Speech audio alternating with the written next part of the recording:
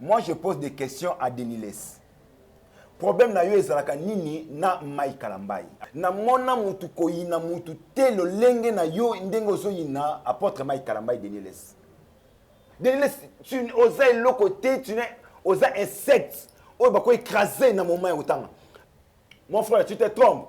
Je vais citer ton nom parce que toi aussi tu te mets avec ma costume non yangwanzu, ya Turquie wana tu viens à la télé pour kotanga ba kombo ya bato. To kotanga kombo na yo maintenant. Azuma Azara pasteur. Aza frère. Oh. Azara pasteur Aza frère. Aza frère. Pasteur ouais. Oh, en église dans arche. Ouais église. One église. One eza mutualité fondation na yeba mama sungara na baso ba fandisa one église. Ce que l'église maintenant a la caméra, a tous les quatre comme ça église mabala ça même une église. Parce que ben sert à tout. C'est l'église est ce là sous na batou. Lorsque on vous respecte, église aux abatou ndeni muto ça pétage sur pétage. Mai Kalambai. Ce que ba pasteur ba sali ba buzo na kata ba mituka bo mona yangote. Ba publier pasteur mutakalisation na kata mutuka. Tchuku na kata mutuka. Mais dimanche à 10 000 bossa cher. Parce que kosa. Zanga ite. Bon mon équipe bangote wana bolobete. Mais c'est à Mai Kalambai ne bolimo so Mai Kalambai bo bambe na mutalaka. Bo bomaye ko boma. Ba lapidé ya wala. Mais non. Quand même. Denis c'est toujours toi. Era. Nzamba pambola ndeko era. Ndeko era nzamba lola pambola yo simba e kaka bongo. On expliquer yo. Yo le na bagina expliquer yo. Na la ke na lotakio. Denis na expliquer yo. Denis ke bana mokonza mboka. Robert a 10 ans mon prison fanda. Attends. On va te montrer que le roi est bafoué justice en boka na biso. On va te montrer que oui, yo c'est l'autre côté, tu n'es que mouche, on peut t'écraser.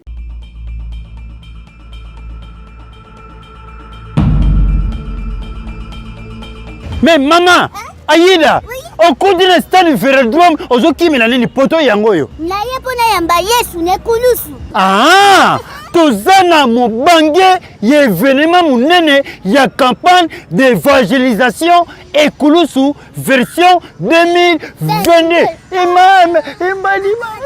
Avec prophète Jimmy Mbaya, Moussali Nakolo.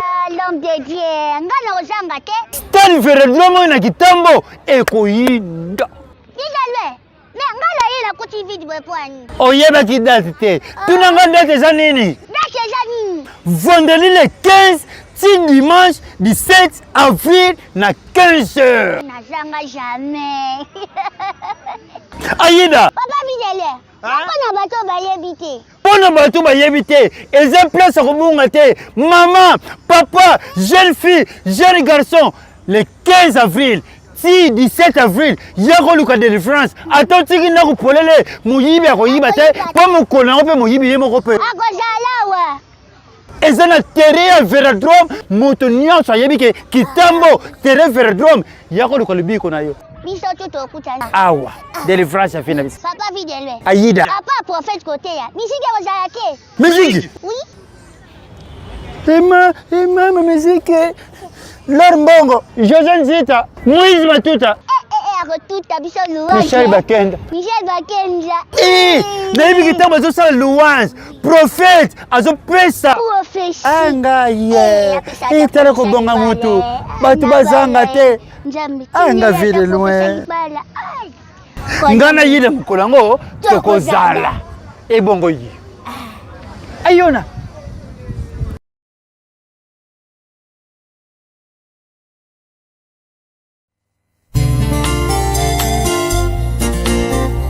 Merci Jésus-Christ, l'abattoir d'amour.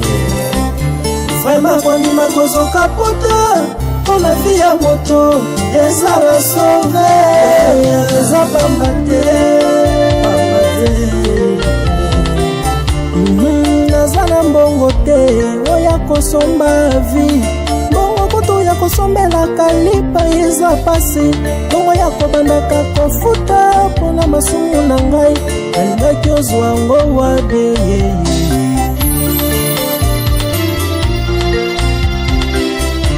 Ngabezana mbongo te, oya kosomba vie. Mbongo koto ya kosalela provision kotia na ndako pasi. Mbongo ya kobandaka kofuta pona masumu na ngai. Alingaki ozwa ngo wabe. nasombaka ntaba mobimba nasombaka ngombe mobimbe mpo nakende kotumbango mpo nazwa bolimbisami ya masumu na ngai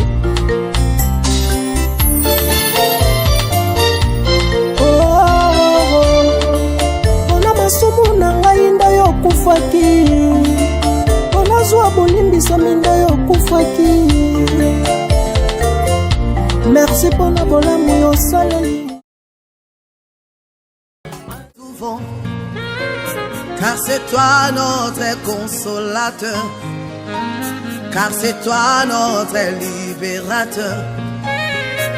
L'Esprit de Dieu descend sur nous, Saint-Esprit souffle de tout vent, car c'est toi notre consolateur, car c'est toi notre libérateur. Toute ta puissance pour nous donner ta victoire. Donne-nous la victoire, Seigneur. Inonde nos cœurs, Esprit Saint. Nouvelle tendance est faite, nouvelle tendance est faite, nouvelle tendance est faite. Votre radio. Oui, bonsoir, bonjour nos chers internautes de partout ici, Kabotwami, bonsoir, Nabatu Nyonso, Shalom, Nabananzambe. La réalité de la vie publique chez vous, Nabanda Kunabino, Naba écran Nabino, de partout ici, Kabozali. Merci beaucoup, Naba fan Nabiso Nyonso, Naba abonné Nabiso ya Nouvelle Tendance TV et pourquoi pas Nouvelle Tendance FM. Nanzela ya radio ici Kabalanda Kabiso Kaka na Mongongo. Je dis merci na batunyo so o ba soutena kanga pe ba o ba komela kanga. En tout cas que mon Dieu vous bénisse. Bozala toujours wana surtout ba remarque na bino et ça la kanga grande dame makasi. Je dis merci à Jikemba ya mobala 2 mètres. Na aspect ya bonne année. Jikemba ya baluka balata ye déjà si alata. So komoni e faut kaka. Waouh! Il est déjà Nathan. Et pourquoi pas mettre Jagger Mayele Bibendi Nakati toujours à Londres. Wana base ya Fatou. Wana ba conseiller ya Fatou. Ce qui dit Kambo ba intervenir kana ba force na bango nyonso mutaza na ba base na e. Et là, je dis merci à notre boss, notre patron, l'honorable Alain Deleu, le charismatique, boss ya chaîne en nouvelle tendance. Et merci à tout le monde. Ba bon séjour nayo à Mama Sarah. Nakatia Kishasa. Tu es la bienvenue, la servante de Dieu. Laisse que mon Dieu te bénisse. Penagno Sokosala. Ezalana réussite. Amen. Et tu es les autres sous le sujet Nabiso Oeza Motuya. Sujet Nabiso Tozolo Belelo Biso Tozakaka, Tosala Kaka, on a réalité à vie publique. Tosimba Kaka, Batu Oyo déjà. Binomoko Boyebi. On est ensemble. Tolobela Kangona Mute Mama Bete. Tolobela Kangona Ndenge ya Kobebisa te non. La musakaka conscience ya batu ya koyeba ke non nous devons nous repentir na ba acte mususu. Premier sujet na biso papa na biso Denis Lessi. Qu'est-ce qui se passe avec notre Mike Kalambai? Likambu nini na frère Mike Kalambai? Rando nini esi la kate? Ezalaka problème nini? Mutu nyonso azaka na ba faiblesse na ye. Mutu nyonso azaka na makambu na ye nde nzamba kela biso boye tozaka na ba faiblesse na biso parce que tolataka nzoto. Mais oya Mike epa na yo papa Denis Lessi ekomi lokola likombo mususu. Ekomi lokola problème mususu. Nzambe maatina. Nzamba sunga maatina parce que eza pasipe mawa. Deuxième sujet na biso ba Congolais. Na ba Congolais à Brazza. Ezaki rando ndenge mundela salela TikTok. Eloko nano ekamusanga. Mundela sala TikTok juste eza na facilité ya ko passer ba message ko édifier batu.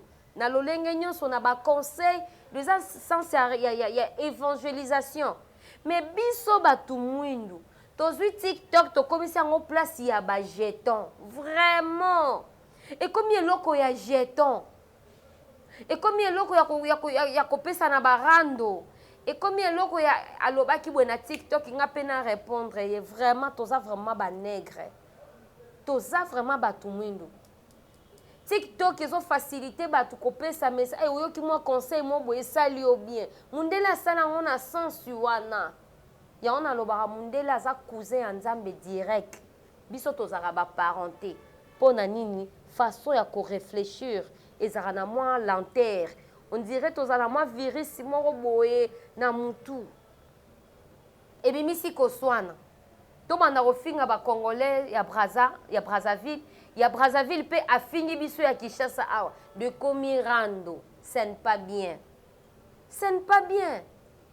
TikTok eza eloko ko édifier ka batu ya ko fortifier batu parce qu'il y a des gens qui ont plusieurs problèmes yo mutoza na moi eloko mo inspiré par Dieu le dit non je vais édifier aux gens par rapport à ça au lobby moi eloko moko pe muto a garder yango esali pe mutu bien neti boye na kamwa na monde ya théâtre batu nyonso ya théâtre bazaka mikolo te bazaka bana mike balobi boye enga na mukolo te ola nanga munene yaya munene kaya pamba nazaka nanga mukolo te nazaka mwa muke yaya mutu nyonso asalama po akola obandi bebe ongulumi otamboli okomi jeune fille ti okomi mukolo ti fo koma mobange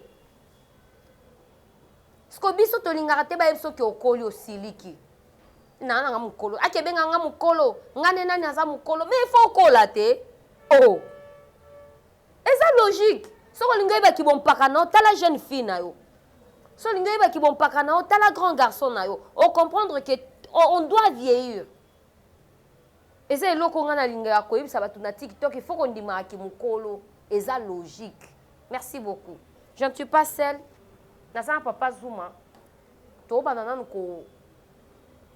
ko solo la likambo ya pasteur na biso Denis Lesi na Mike Kalambai ezaka problème nini papa Zuma pe a intervenir nanu toyo ensemble na ba abonné na biso ya nouvelle tendance à vous papa Zuma. Ouais, bonjour, bonsoir, fidèles amis, téléspectateurs, nous surtout, il y a nouvelle tendance télévision, la nouvelle tendance FM, vraiment je vous salue, c'est bien moi votre humble serviteur, autrement dit Zuma Tumba, le défendeur Yabamama. Surtout, si vous n'êtes pas encore abonné sur Nouvelle Tendance Télévision, abonnez-vous massivement. Na Pessimbote na équipe technique Mobimba, na Pessimbote à notre patron, le métier noir papa Alain Dele, na Pessimbote Pesca Vosali, na Pessimbote na frère na biso surtout. Balinga rabiso donc tika na Pessimbote babi ma grande sœur chérie ma grande sœur chérie maminda ya wetu babi bouti de bien maminda et ça on a vraiment isolé ça maminda ya wetu na Pessimbote na Lili Musamba ML motema bato papa Titi Kalou Lili Musamba bon séjour aussi à Kinshasa na Pessimbote na ba frère surtout balinganga na ba balinganga c'est vraiment papa Zuma a Pessimbote et ça ça vraiment participer mawa na dossier auto za nango oyo affaire ya Mike Kalambai apôtre Mike Kalambai que je salue place Azali na notre frère Denis Les. Aza pasteur frère. C'est un frère Denis Les. Moi je pose des questions à Denis Les. Problème na yo ezalaka nini na Mike Kalambai, apôtre Mike Kalambai. Na mona mutu koyina mutu telo lenge na yo ndengo zo yina apôtre Mike Kalambai Denis Les. Moi je me pose des questions na vandi vraiment butu mobimana no sala analyse. Et loko oyo nini ya mabe de frère Denis Les apôtre Mike Kalambai ya sala yo. Quand même tout ça ban en ensemble s'il y a quelque chose à mabe salami, il faut tout le terrain d'attente. Na yebite bongibo so Mike Kalambai bo babmaye na cité ou be bongibo sala e griffe bilamba. Soki ka likambu boy Mike Kalambai, likambu boy Mike Kalambai, likambu boy Mike Kalambai. Tala Denis Les soke plus loin, ya ko vanda na plateau. Au toucher mon Konzamboka le président de la République. Ça c'est du manquement de respect. Et ça va pays où est fin le président de la République ou la République démocratique du Congo ezate. Na bande konabiso bazana diaspora. Président mboka où est fin le président de la République démocratique du Congo. Non na mona pays à boité.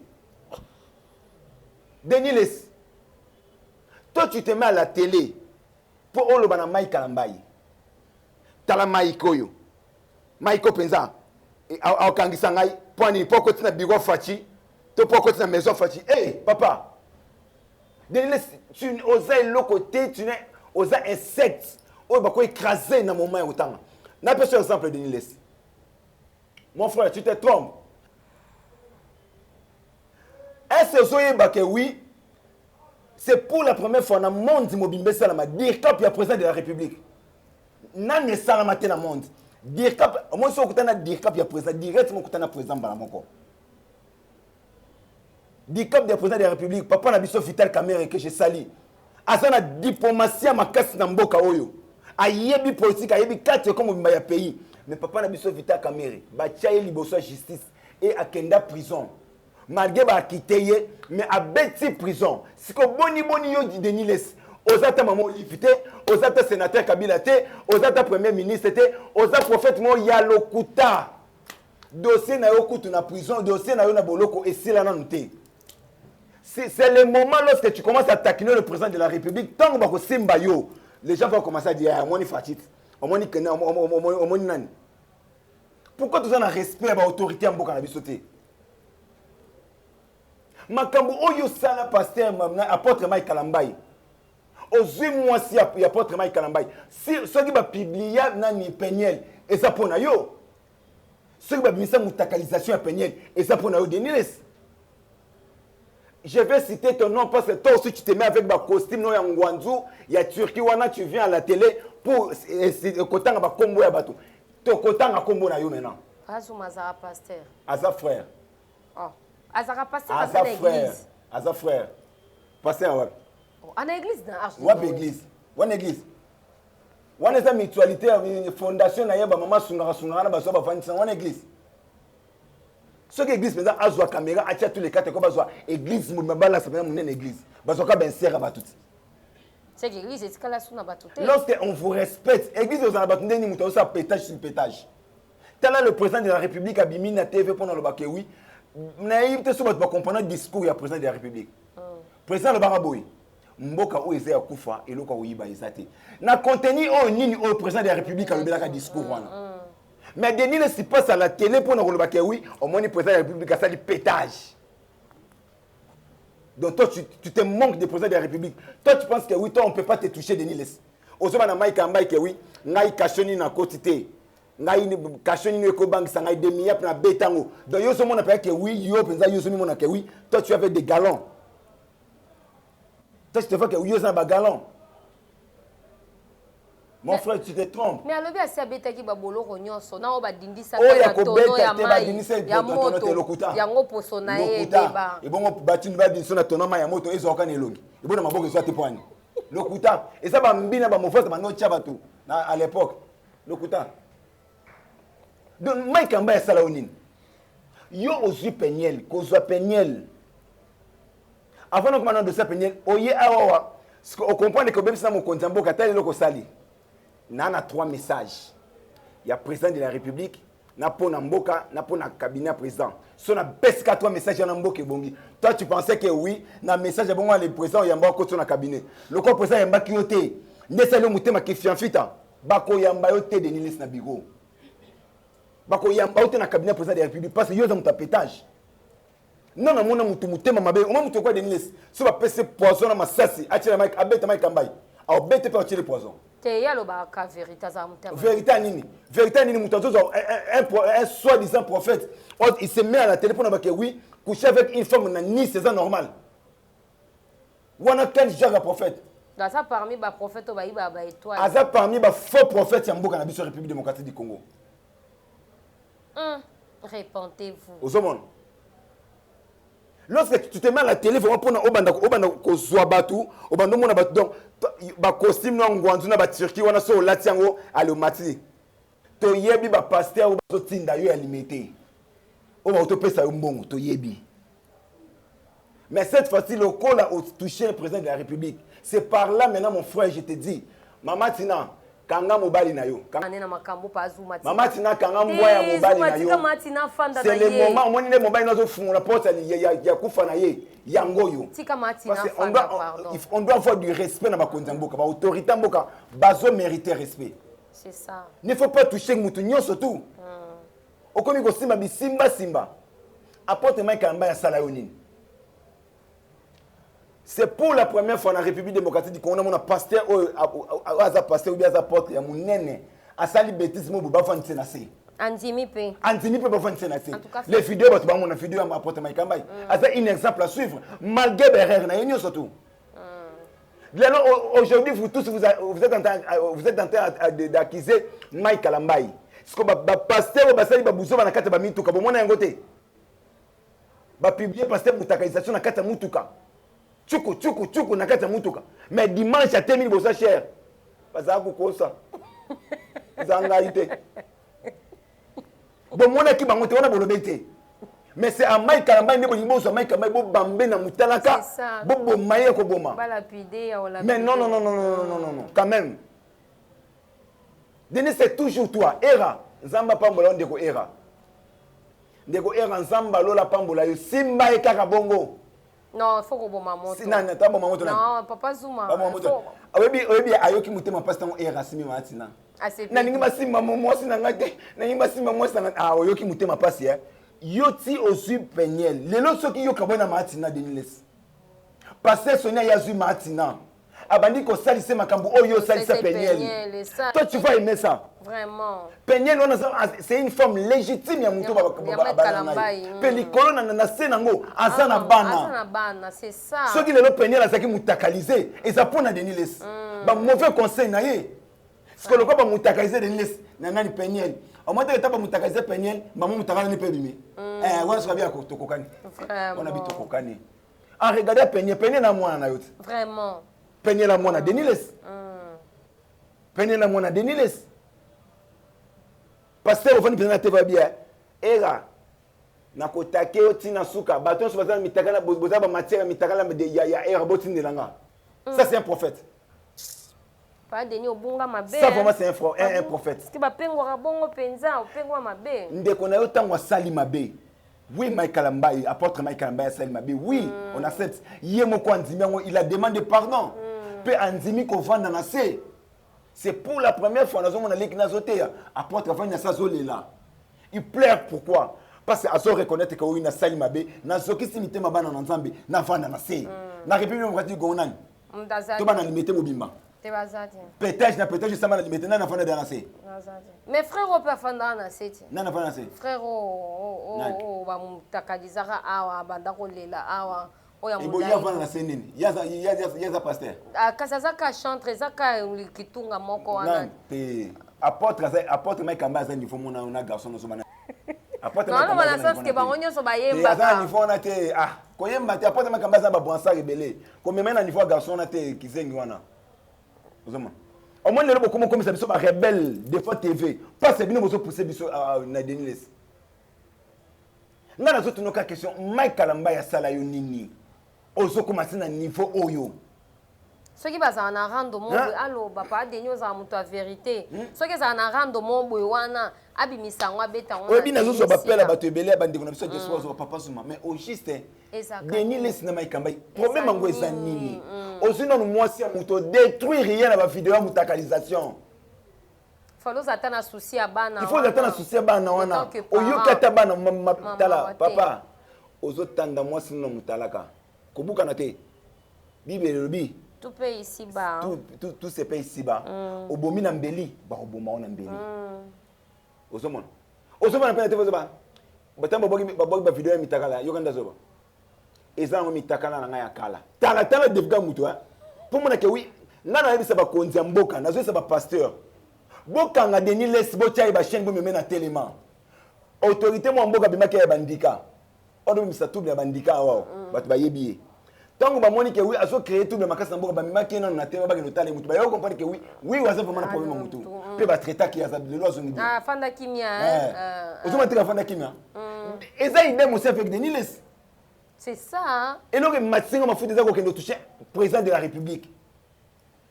Kolobatala, Mike, na obange logote, ni quel que soit. Yozo nous touchait ni couple ya Madjabu. Au début, personne comprend que oui, Deniles sont là pour même tout. Ils ont touché couple Madjabu. Toi, tu as passé à la télé pour nous commettre ce couple Madjabu, non? Okomisi couple Madiabou bazana mbongo belé. Mbongo bazé belé. Bazana mbongo belé. Toi tu pensais que oui sokomisi bango bon babé on a cabinet. Na pétage no sana na babuzo ba no sala kawana. Et les deux sont comme ça Bédachou. Après ça qui est bon. Bédachou c'est un étranger. On doit se dire la vérité, tout se faire faster. Bédachou c'est un étranger. À Ozambo, le roi que nous sommes en République démocratique du Congo. Jamais. À Tonga, bon, on a un bon Mikel Kazopé, ça va toi. Bédachou c'est un étranger. Comment il y a un couple Madiabou au Congolais? Yo que oui, Madiabou a salini Namboko. Nabi a Denis les Zélans on a expliqué. Yo le na bagina expliquer yo na la que pena lotakio Denis laisse na expliquer yo le bi ke oui couple Madiabou basali loté yo Denis laisse à part ambi o tiene longi et là nyo sa na mboko yo détruit bato ebele attends ça stade de martyr ya wapi kasi yango na azoka na fois Joël Tatu nini mutema passeport makam Joël Tatu osala ya makam ya salade achela ki na c'est parce que Joël Tatu français après ça qui est mbongo na landa ki eloko wana na biboyi yo le que couple Madiabou basali le côté couple Madiabou basali nini na bien lelo nous sommes fiers c'est pour la première fois compétition ya bana na Nzambe et ça la succès o esali tala ba compétition belé lali na yo ki compétition mo ya site mo butsoki ya simu ni bandao obi bangi banda moment o Madiabou bandi ba kokita ba Madiabou abeti dikolo siko compétition na ndebini bana wana balongoli ba wana ba chômage lelo bana wana ba zui misala lelo bana ba rêve ko kuta na ba star million lelo bana wana ba ko yemba mais yo sikoyo tu te mal à télé pour nous dénigrer couple Madiabou et loko ça no capable de perdre mutu oyo boko ko perdre dans la vie et ça papa Madiabou nzamba pombolo na couple en tout cas bo kuta na susu na bangote et loko ça no capable c'est pas c'est bo perdre batu oyo il fallait pas bo perdre au moins papa Madiabou ceux qui vont traiter bango de beaucoup traiter mais bozong ça peut ma na bandango na bango bosati bozong ça peut Denis laisse keba na mokonza mboka gare à toi ne pense pas que oui soko kutana na le sénateur Kabila tu ba osimba oté yemo kuta simba ko posa ka scroll pa na ye à côté ça indolo gare à toi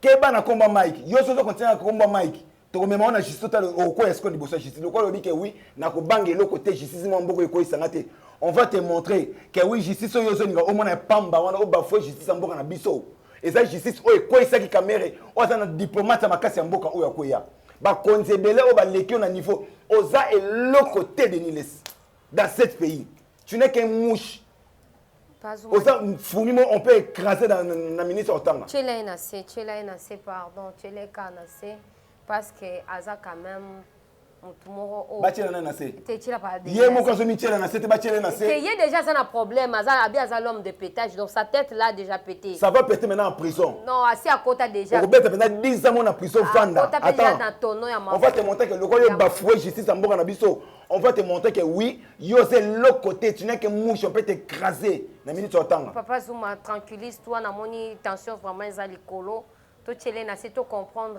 Mike Salaonine Mike pesa Salaonine après Mike Amba Salaonine Salaonine bino bo prendre Mike Amba mutayese no que oui bon manquer Madiabou bon manquer couple Madiabou merci beaucoup papa Zuma tiana c'est là tozokota na deuxième sujet na biso papa Zuma oyebi ezo circuler de partout o eza guerre ya kofinga na entre ba congolaise na ba ngambu ya Brazza na ngambu na biso ba voisine ya ba Brazzavillois kuna chez moi mes ententes moko eza wana bazofinga biso bazotraiter biso na façon nyonso na ngambo ya Brazza okoloba nini yo défendeur à ba maman vraiment j'espère que oui et c'est vrai que vraiment pas se mawa naza mobali nakotaki au milieu du village pendant kabola bitumba au bandakala parce que comme on a ndeko na biso moi c'est la au hasard Brazzavilloise wana asalaki vidéo na yemo TikTok ndeko na biso mo congolaise aki otia commentaire mabe nde TikTok ngo bato babe biso comme kaso otia commentaire mabe bazui commentaire no babambi likolo babandi ko fingo likolo commentaire là maintenant notre sœur il avait vraiment débordé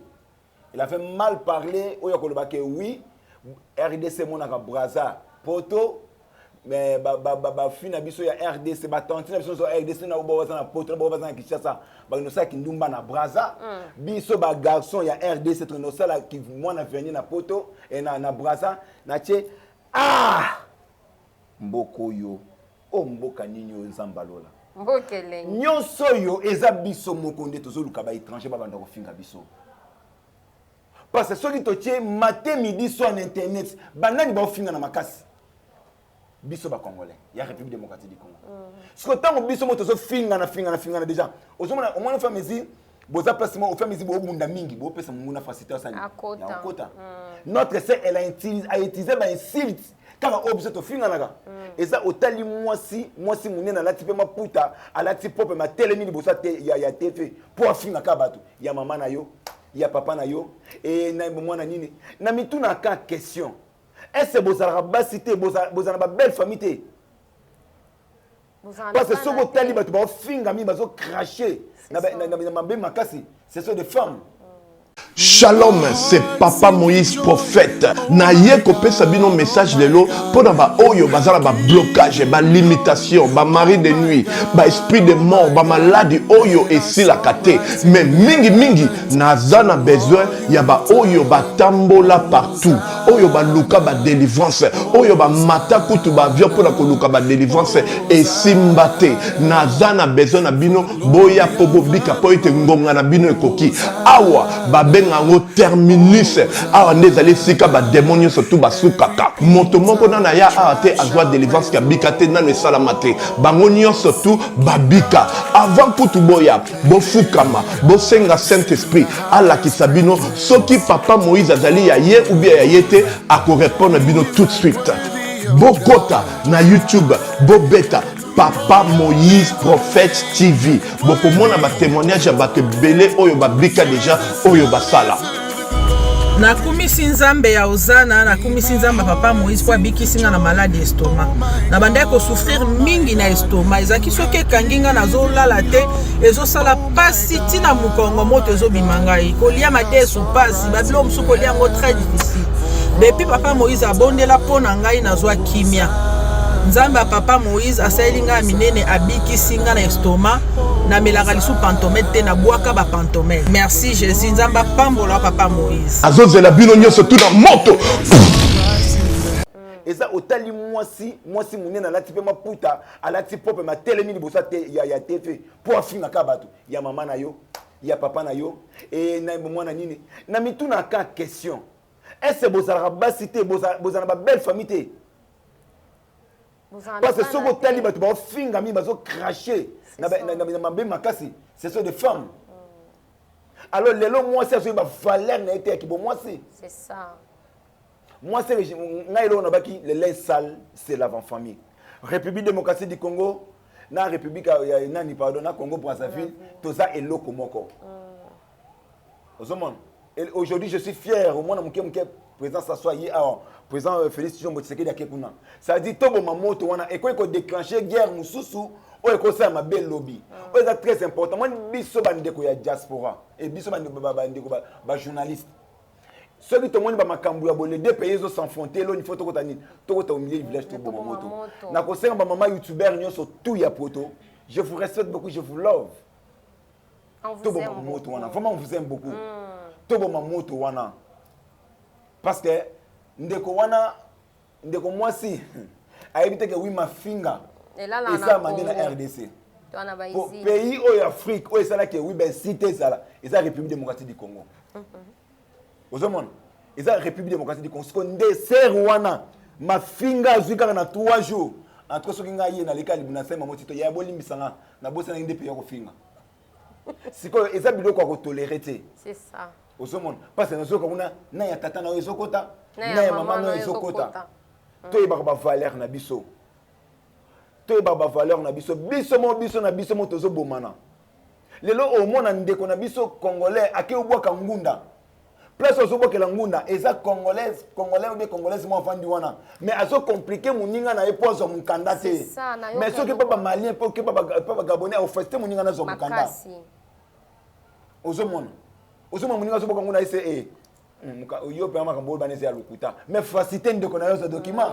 biso na biso toza na bolingote yango moni ba tumuso bokomna facilité ya ko simba biso mona po facile osoma mais c'est moi je peux dire à tout le monde le linge sale c'est l'avant-famille tout ça bande que beli ba Brazzaville na ba Brazzaville auto solo na bango précisément là directement je salue maman Claudia Sassou. Oh, il y a biso qui toko makasi na Brazzaville. Maman Claudia Sassou, je vous salue. mwana mokonzi aza mokonzi na biso mbote place ozali ozomona bayambaka biso bien na Brazzaville bilo mosusu foto bomaka moto eza erreur ndeko asalaki mpo ya salika vidéo mo mais ba vidéo c'est chaque jour comme kosala na minute na loba no monsieur ezosalama Papa Zuma sko na ngana loba likambo est-ce que TikTok penza eza esika ya kokoma koswanela bato babebisi TikTok eza banani ka biso te yoka merci to na TikTok na ebisi eza ba Brazzavilloise te eza ba Angolaise te eza ba Congolaise na biso na ba Congolais bana basi bazo finga na TikTok lelo TikTok moi ça muke obina te il faut za sima munene ale ozibo ba fali obwa ki nzembo fali okaka wana so miteka au miteka aluka bakili sama sisi bongo meka ko baka yaya wa mukoloti azwa bambiango ya mama na yo ya tata na yo nani na mutu asaki tito yemo zo comprendre te les congolais bandeni congolais côté na Facebook mabe abebisi akoti na WhatsApp abebisi na TikTok pe subo komi ko bebisa bande ko nanga ya mo TikTok abi au feta ni suba tuté YouTube ko tu n'en parlons pas YouTube ko batin wona ni ndo mo balai laga lelo bato bazo yeba valeur ya musala auto sala raté c'est ça ozomona to ba valeur na biso to batela mboka na biso et nous avons mal en mine c'est ça. Ok, merci beaucoup. Toi, baba valeur, toi, baba tous en a d'unité et que ça la vie sont bien makasi. J'espère que Toyoki, j'espère que Tolandi de partout ici que vous allez, toi, baba kotiana se, ba maman na biso nyonso ba chroniqueuse ya ba journaliste, o bazana poto, o bazana kati ya internet, to tiaka kana se maman. To tiaka kana se to bo maman to tika kozongisa mafinga na mafinga, ça sert à rien. To se corriger kaka biso moko et puis to zala na bolingo to zala inu et ko sala bien makasi mais ceux qui to zana bo moko te monguna ko kotela biso facilement na ngambo ya Brazza bazaka bandeko na biso kutu baza ebele na Kinshasa ba Brazzavillois baza ebele na Kinshasa awa ba West Africain kutu non parlons pas kasavu bwana nyonso basalela kande bango na ba pièce de rechange. Tokende susu na commune ya Kinshasa bawara na bawara ozomona toza kaka na bolingo photo zala kaka na bolingo basala TikTok mama otie basili milai na karashika ye moko akosa tala basili milai lokola mutu amati grade na enfer manzaka milai lokola mutu osala kirtage ya kindoki manzaka na skonde ba penso ekangaka mwana po ebimisa mwana oye na TikTok obandika kofinga eloba nango Papa Zuma bozaka na bana te bozaka na babokilo te est-ce que bozaka vraiment na ba parents obima pe na place étape ya maman moko boyo oyo ko sala mwana na TikTok omona pe mwasi nzoto si ekoli po ata olobi oza mwana muke misunya nzoto efundaka elakisi ke muto akoli omona kangi eloko moko bwazo bina nzembo ya Brazza nzembo obokataka luketu makasi ezaka ya Brazzavillois o ba beta instrumental boye ezaka Brazzavillois non yango des enrage na TikTok omona pe atantine mukolo abalusi yenyozo abandi koningana yenyozo qu'est-ce qui se passe tozala ba maman tozala ba exemplaire et ko sala bien makasi papa na biso Denis Lesi en tout cas kolo makasi pétage penza eza likolo ngana zaki étonné ya komona ndenge nini ozo encourager prophète Joël Francis et ozaki clair olobaki ki ayambaki na bureau apesaki epakolama apesaki epakolami moko wana soki combien apesaki mbo awangana ki susu abi petit wana so solo la bien puis ozolo ba ke petit wana musika et ndeko na biso ayambaki na landaki abi oyo ondiro comme ko encourager batu mingi ya mabe olobi te petit wana solo la bien mais je suis étonné que owangani lisusu réponds-toi et na kosenga na batu nyonso o batala kalom de pétage bomba message oyo to intercéder pour na papa na biso Denis Lesi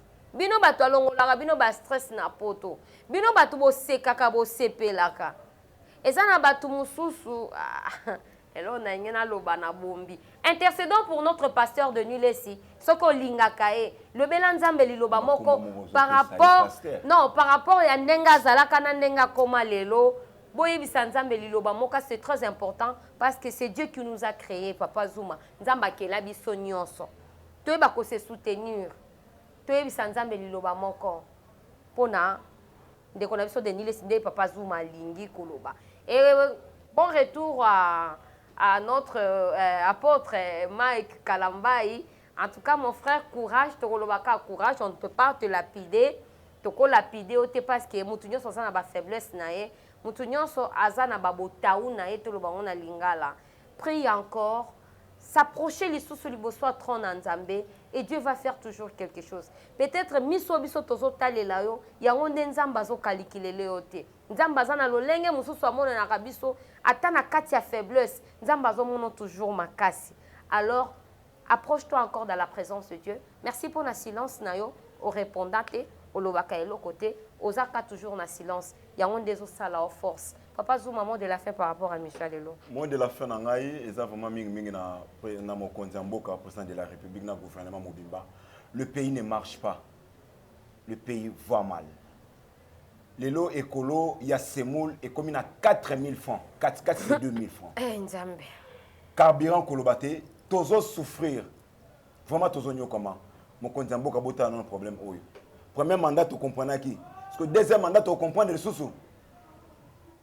Zambalola akamba bino soto. Message dans monsieur c'est pas camarade de Niles.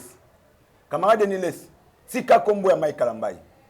Tika kombo ya apôtre Mike Kalambai. Mon frère, tozana ba balle to charge. Mon Dieu zo ka ba preuve. Biso pe tozana ba preuve wana.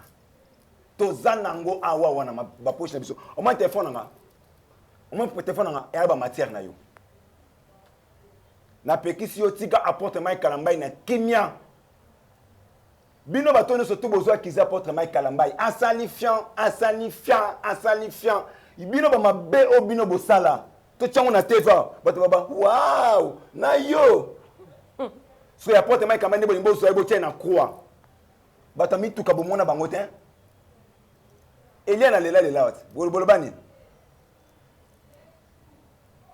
Na pesimbo te na ba vreve na biso. Si vous n'êtes pas encore abonné, abonnez-vous massivement sur Nouvelle Tendance Télévision, abonnez-vous sur Zoom Atumba TV. Donc, vraiment, nous sommes ensemble. Vraiment, je vous aime beaucoup. Nalela bino makas, appelez-moi. Kobega ngati pona finga te pona mesana ngako finga te. Oko finga. Olemba. Apporte Mike Kalambai. Merci beaucoup na Moussa Nzambe. Merci beaucoup na silence. Merci beaucoup ndongo fandi na silence sur les affaires. Vanda ka bongo. Mais papa, fungola tribunal. Fungola parquet. Oyo no soko finga.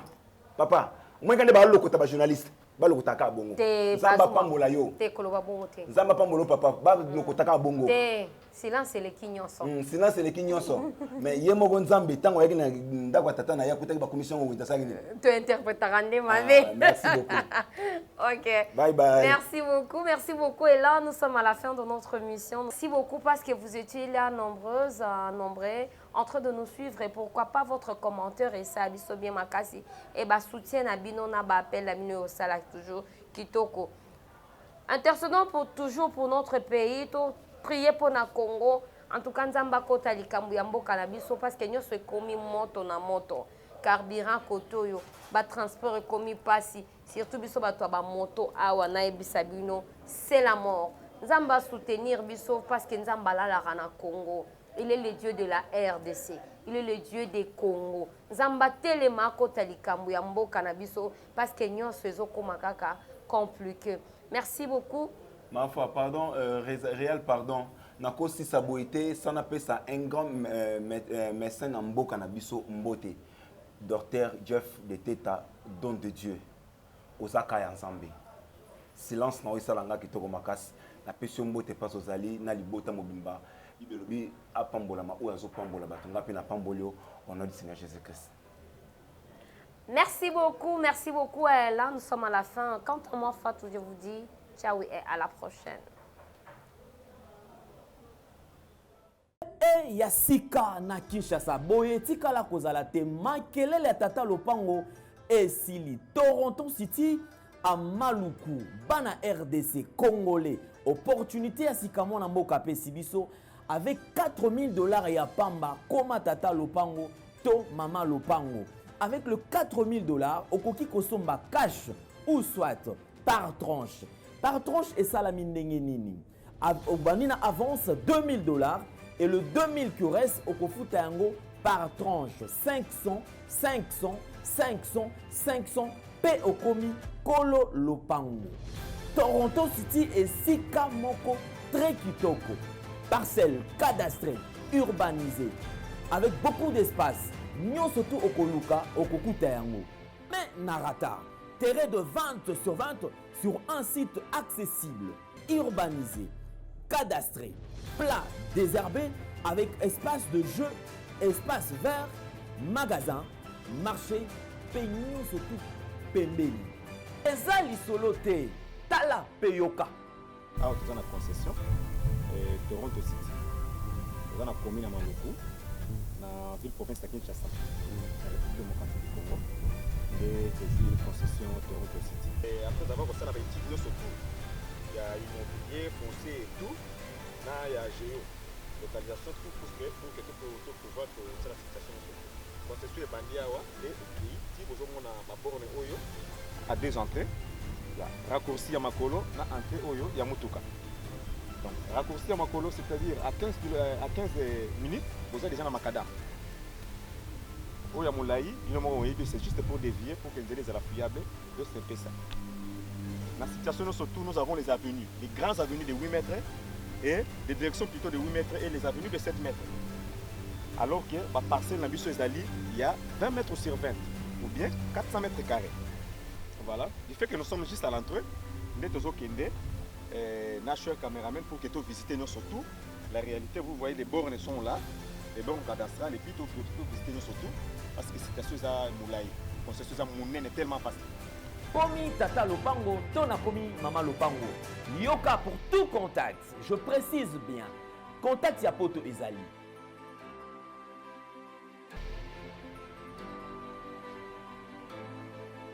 Oya Kinshasa Ezali.